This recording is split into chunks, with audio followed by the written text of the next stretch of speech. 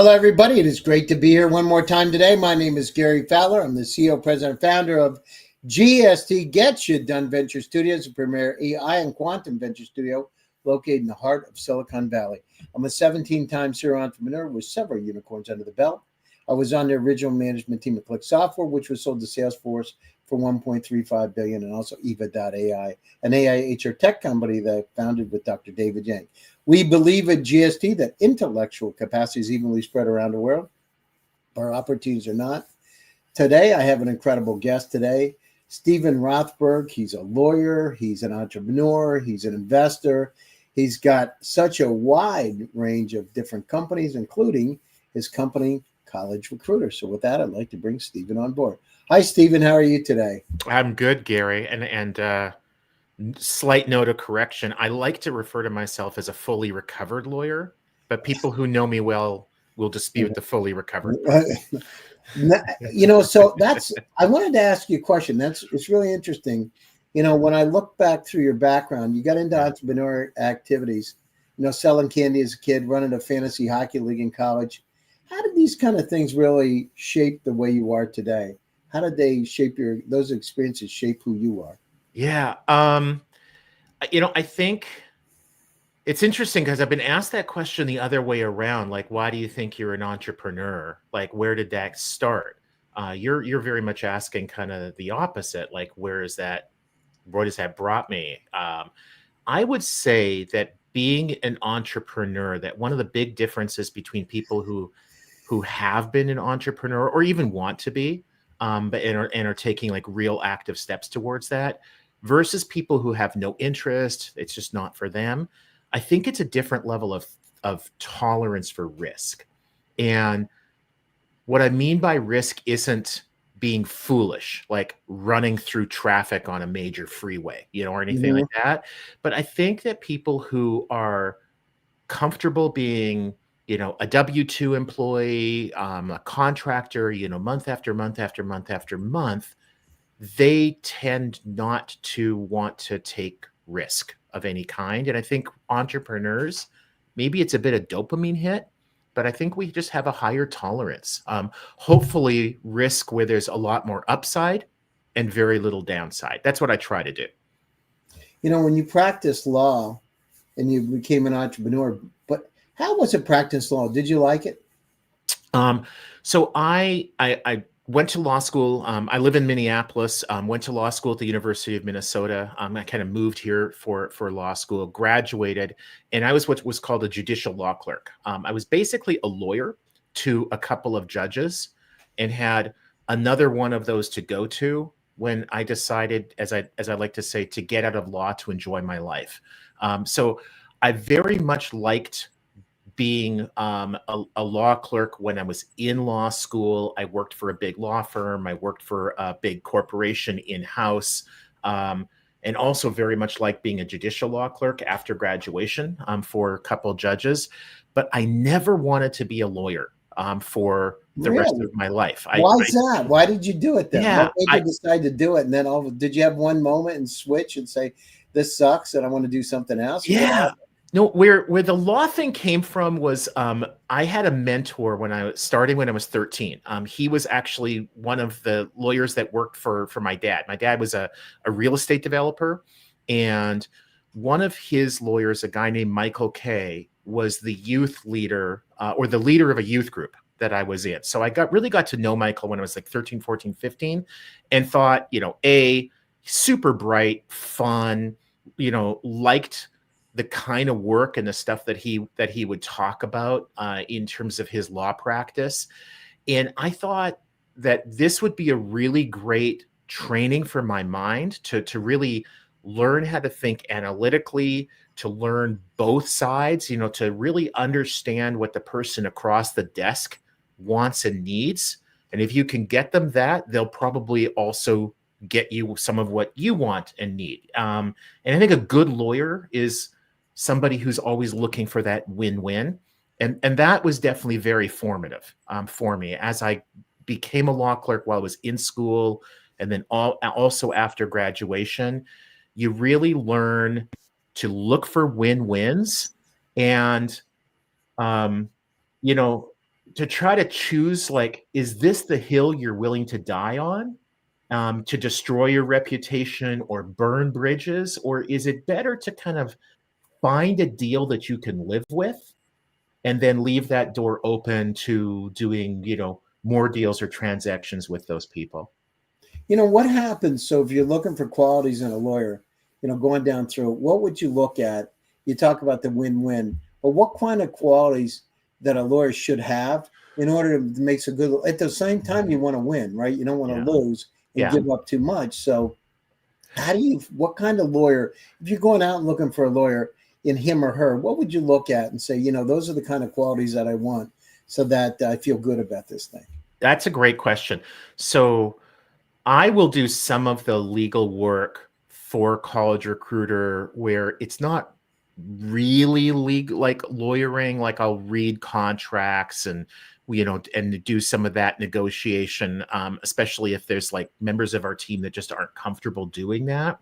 Anything that's complicated, I'm going to outsource. I'm going to send that to one of the lawyers that we work with. And every single lawyer that I've ever worked with that I felt would be a really good representative of our organization, provide really good advice, they all think of themselves first as counselors, second as lawyers. And it's kind of intertwined, realistically. But if we've got some kind of a dispute, a problem, something to kind of work through that might be difficult, not entering into a contract, but if there's some kind of thing going on that's adversarial with a customer, a partner, a vendor, whatever, I want to be able to go to that lawyer and not just have them say, the law says X, Y, and Z, and therefore, you're in the right, you're in the wrong, let's litigate. I want them to counsel. And I want them to say, the law is on your side and we could litigate this, but I think a much better approach is to do this, to work through it. Let's propose this to the other party.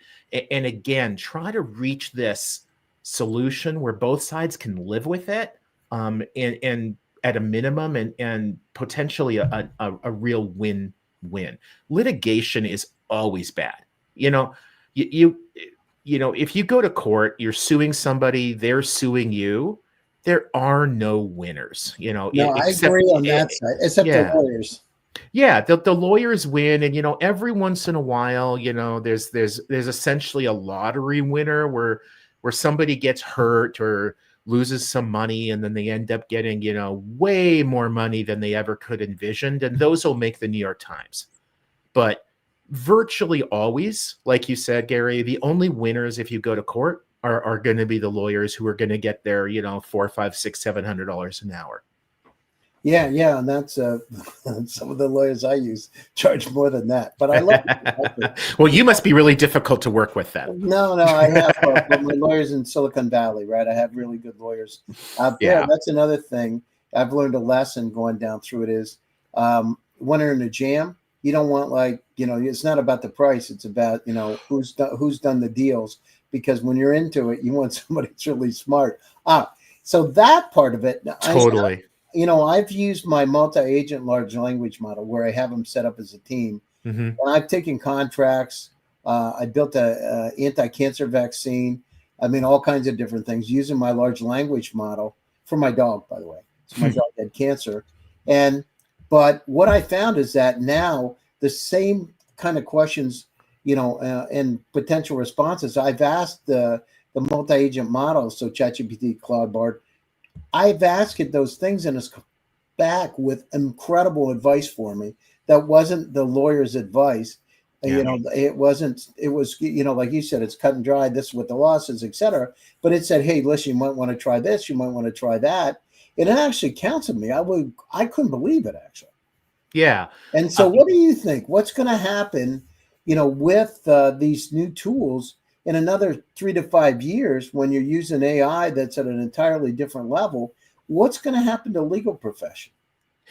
Well, it's already starting to happen that not just in law, but in lots of different professions or people looking for fashion advice or whatever. But essentially, the LLMs are counseling us in lots of different ways. You know, again, assuming you're asking for advice, right? If you just say like, you know, what color is this tree? It's not going to counsel you about anything. One of the problems in law and in other fields is that the LLMs are showing that they have a difficult time distinguishing between fact and opinion. And if there are enough web pages out there that express an opinion that the earth is flat, you're going to have some of those LLMs come back to you saying that the earth is flat. It's not fact-based because they aren't very good at distinguishing fact from opinion. When you talk about the practice of law, the same thing happens, right? You know, you're getting some of those hallucinations. They're making up cases. They're making up statutes. So to go to an LLM and say something like, you know, I've got a problem with a vendor who's paying slowly. What are some strategies for getting them to pay us on time? I think that's fantastic. I don't think you need to go to a lawyer for that. But if you upload a, 48-page contract and say that you've got some kind of intellectual property dispute, and if I sue them, will I win? I think you're playing with fire. And I think you will for a long time. It reminds me of, when you mentioned your dog's cancer, it reminds me of people who think that doctors can be replaced by LLMs because they fed into LLMs symptoms and they're getting back correct answers. The problem with that is that a good doctor, when they see you, your dog, whatever, it's more than just you stating what your symptoms are. They're also observing firsthand. If you tell them that your skin is sensitive, how sensitive is it? Is it all of your skin? Is it just on your hand? They're going to run some tests, and some blood tests, for example, that's very cut and dried. Your hemoglobin is 12.3. You can feed that into an LLM, but looking at your throat to see if it's inflamed, or talking through with you, hey, you've got a vendor who's not paying you slowly. Do you have a good relationship with them? Have you tried this? Have you tried that? LLMs are just not very good at that yet. 3 to 5 years from now, I think what you're going to see with law is what we're seeing in law and a lot of other areas as well, is that it's going to be a force multiplier. You're going to have lawyers who are 10 times as productive as they are now. And does that mean that there'll only be 10% of the lawyers that there are now? I don't think so. If you're paying $1,000 or $1,200 an hour to your Silicon Valley lawyer, but you knew that you could pay them $120 an hour because they're going to get their work done 10 times as fast, I think it makes it more likely that you're going to reach out to them for help because your return on that investment is going to be higher. So I think in some areas, LLMs are going to lead to greater employment, not lesser employment. Overall, I'm worried, but I do think that there are going to be some winners that are going to come out of this, and not just the owners of the LLMs. Yeah, I've been involved in AI for 29 years, expert systems, and in Silicon Valley, I've been involved in tech 44 years, actually. And some of the things that I've seen are just mind-blowing. Like I talked about my dog.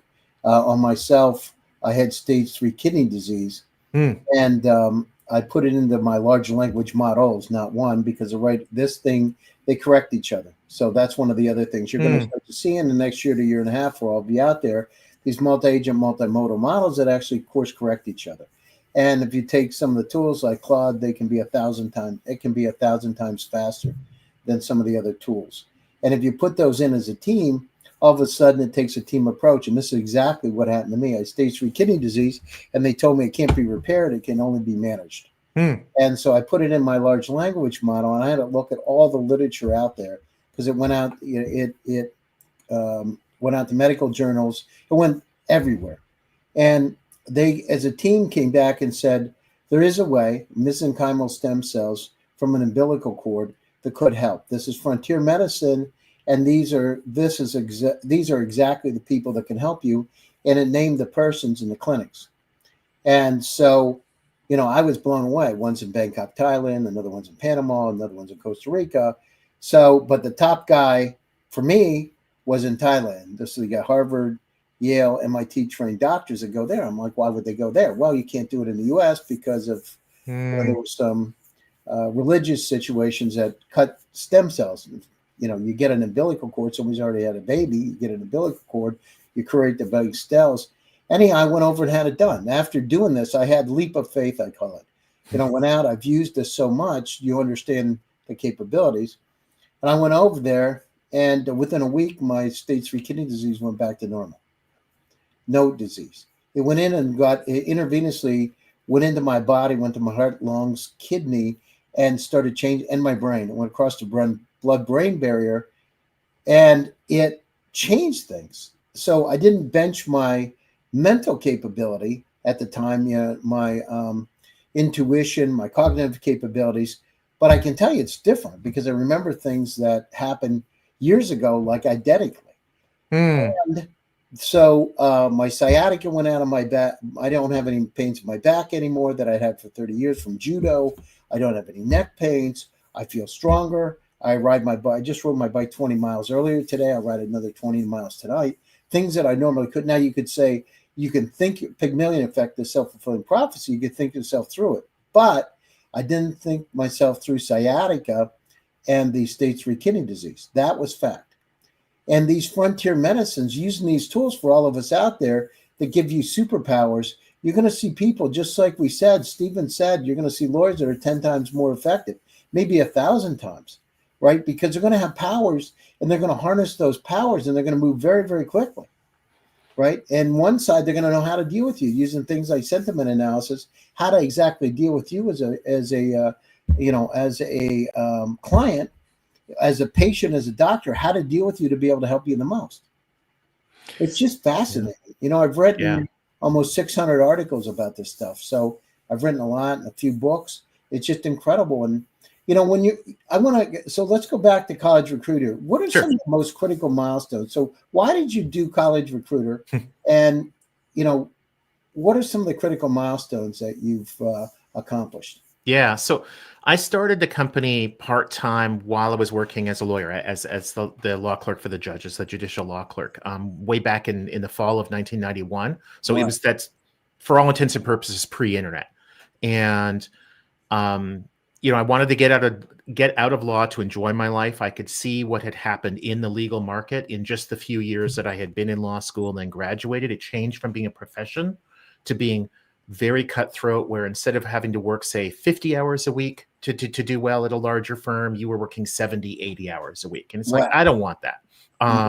And it was destroying some of my friends. And they, all but one of my friends, within just a few years, got out of law, where they were in a law firm, and they all went in-house working in a corporate environment.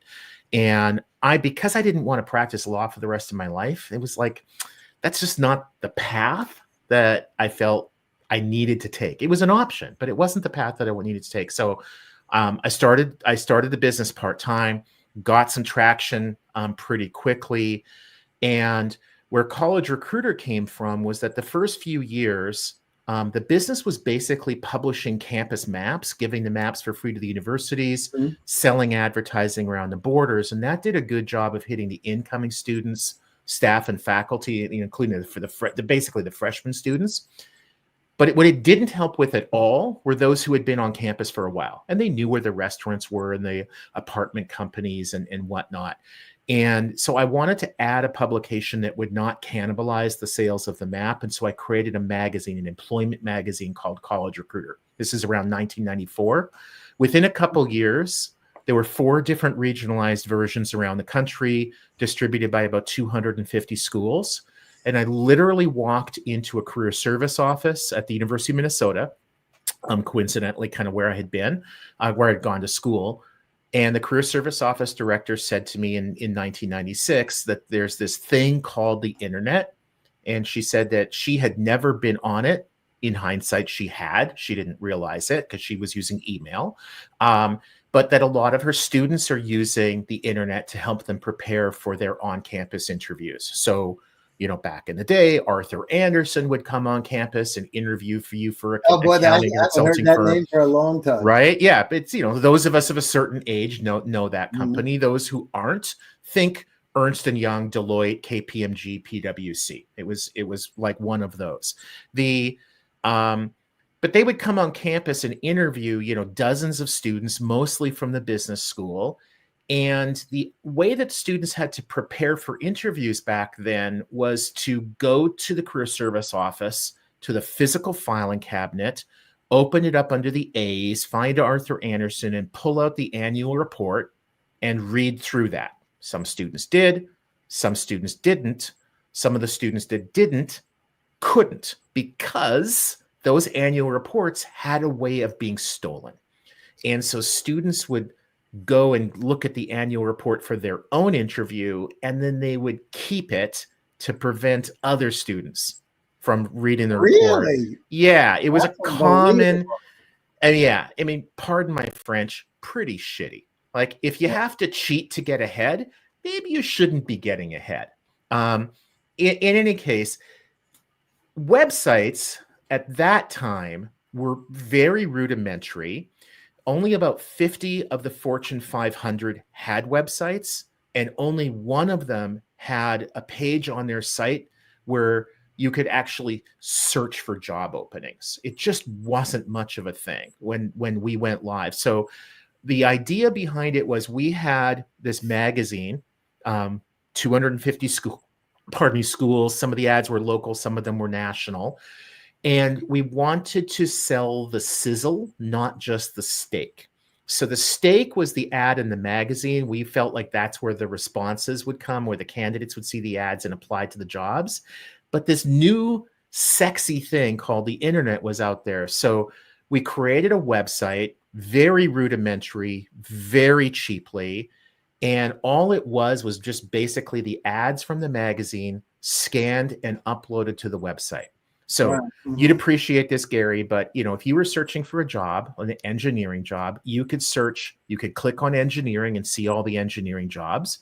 If you were looking for a job in California, you could click on California and see all the jobs in California, but you couldn't see just the engineering jobs in California because there was no real database. That was circa 1996. And where the business really came from was 2 weeks later, after the website went live, got a phone call in the office, and it was a financial planner or advisor in Texas. And he said, I just went to Yahoo. I'm looking to hire a bunch of college grads for sales positions. I saw your website. How do I run an ad on it? I'm like, why would anybody want to run a job posting ad on an internet site? The magazine is the steak. The website's just the sizzle. So I explained to the guy how the magazine worked, and then the ads went on the website. And he's like, well, if I just want to run an ad only on the website, what would you charge me? I said, well, the least expensive ad in the magazine is $485 for a few months. And he said, great, you take credit cards. Well, when you've got customers who are looking to give you their money, you usually try to figure out a way of making that happen. So said, great, give me your credit card. He told me what the ad was going to be. I had our staff set it up, and a business was born. Wow, that's amazing. So, when you've gone down through this whole process, what's one mistake you made during the growth of College Recruiter that taught you something very valuable? Yeah, the biggest mistake by far was not raising outside capital. Now, when I founded the company in 1991, venture capital was nowhere near as big as it is now. You hardly ever heard about things like angel investors, private equity. The way that startups are funded now is completely different than it was 30 years ago. 30 years ago, virtually all were bootstrapped. Maybe your parents gave you some money to help you start up. You just didn't have much of that outside investor taking a risk on an itty bitty company with no revenue, probably no real track record, maybe even no products yet. And that's really different than it's especially in Pennsylvania or Minnesota. Yeah, yeah, and and that's true also. I mean, like for those in San Francisco and some markets like I that, mean, Boston, it was easier. It's interesting because as I've gone down through this journey, so in 1991, I started on the 91, 92. So the internet, I remember going down through when I was doing work with Sun Microsystems. I had a stack of all the websites, and it was this big. Yeah. And I printed them out. And so I had a stack, and I'm thinking, this really sucks, because I went down to the support person, and I said to him, I said, how in the heck can I find something in here? Well, you got to go through it. I'm like, isn't there an easier way? I remember exactly that conversation. Here we are. And then I had dinner with Fintan Cerf, who's the guy that, DARPANet. He's actually co-founder of the DARPANet. And I had dinner, actually twice I'd met him. And it's interesting because here we are, right? Everything's changed. But now, if you go down through it on the college recruiter side, how has this model evolved for you, and how has recruiting talent changed significantly in the past decade? In the past decade, the vast majority of recruitment or employment ads, job posting ads, call it what you may, in the US specifically, and it's still this case in most of the world, were priced on what we call a traditional duration basis, say $200 for 30 days. Maybe you get 300 people applying, maybe half of them are awesome, maybe you get nobody applying, but you get what you get. A lot of people call it post and pray. You post a job opening and you pray to get good results. What happened about a decade ago is that Indeed started to popularize pay for performance, pay per click, pay per application.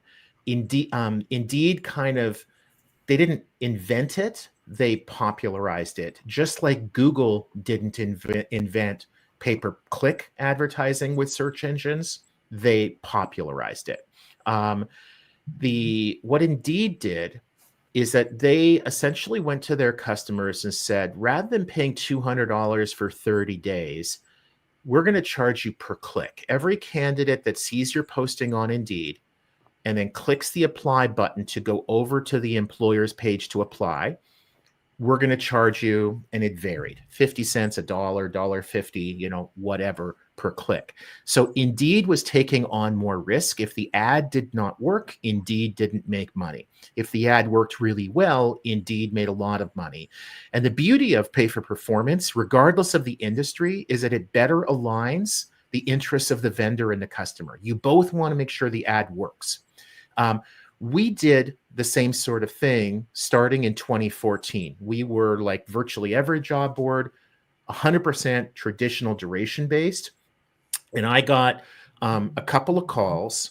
One was from Aflac, another was from Uber. Both of them were very large customers of ours at the time.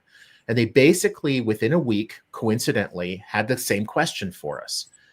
We're happy with the traditional duration-based package that we have now is $12,500 for the year, but we'd like to get a lot more candidate flow. If we paid you 4 times as much money, could you get us 4 times as many candidates? And again, customers trying to give you more money, you should try to figure out a way of making that happen.